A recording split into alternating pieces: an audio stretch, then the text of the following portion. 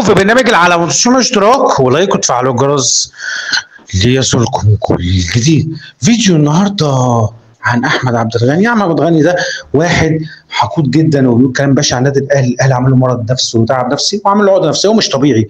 واحد بيعمل تعصب وفتره فرنسيه، هو منبع للتعصب وفتره فرنسيه. طبعا هو شخص كاره وحاقد وغلاوي جدا تجاه النادي الاهلي. الاهلي عمل له مرض نفسي وعمل له تعب نفسي وعمل له عقده نفسيه بجد يعني. طبعا هو بيحب يسير الجلب بكلام بتوع تعصب فتنه وبيحب الترند واللقطه. طبعا احمد عبد الغني طبعا هو بيقول كلام بشع غير محترم عن النادي، كلامه بينم عن التعصب في الفرنسيه. طبعا بيقول كل طبعا بيقول كلام كله كذب وافتراءات عن النادي بحاجات اصلا مش موجوده على ارض الواقع، بحاجات اصلا من وحي خياله. فواضح الاهلي عمل له مرض نفسي وعمل له تعب نفسي وعمل له عقده نفسيه بجد يعني. طبعا احمد عبد الغني طبعا هو ب 100 وش متنوع، ما عندوش شخصيه اصلا، ما عندوش مبدا في حياته، تصور نافع ومدلس وكذاب وانه بيكره وبيغل وبيحقد. والشر ما قاله تجاه النادي الاهلي عمل مشكله وعمل عقده من سنين لان هو بيكره وبيغل تجاه النادي الاهلي. طبعا فيديوكم بجد والله العظيم حاجه في منتهى الحقد والغل وحاجه غير محترمه وحاجه في منتهى التعصب فتنه. تعالوا نشوف معايا كده.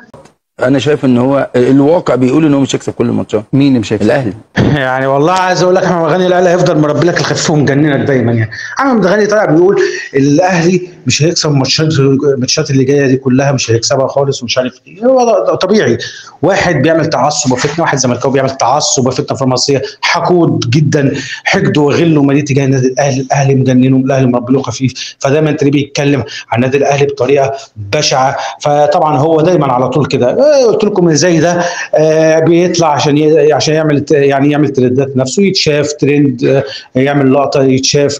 فهو واحد زي ده حقد وغله تجاه النادي الاهلي بلا حدود. فعايز اقول لك احمد عبد الغني طبعا الاهلي هيفضل مربي لك الخفيف ويفضل مجننك ويفضل عامل لك عقده نفسيه ويفضل وجعك. فطبعا احمد عبد الغني طبعا هو كاره للنادي الاهلي وحاقد على النادي الاهلي. احمد عبد الغني اعرف حجمك قبل ما تتكلم عن النادي الاهلي. استني في حلقه بكره من برنامج العالمي. السلام عليكم.